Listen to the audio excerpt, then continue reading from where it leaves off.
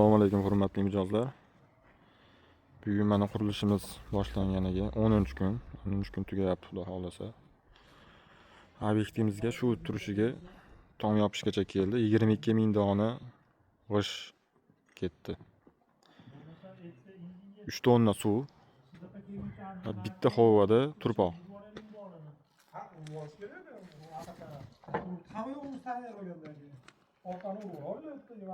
Eslatib o'tsam, bitta g'ishimiz usta haqqisi yetib kelishi shu joygacha hamda ustalarning obyetlari bilan birgalikda 1500 so'mdanga to'g'ri kelyapti. Turpog'imiz bir hovasi 1 million so'mga yetib keldi. Suvimiz bo'lsa 1 tonnasiga 40 ming so'mdan pul to'layapmiz. Obyektimizga olib kelishlari bilan.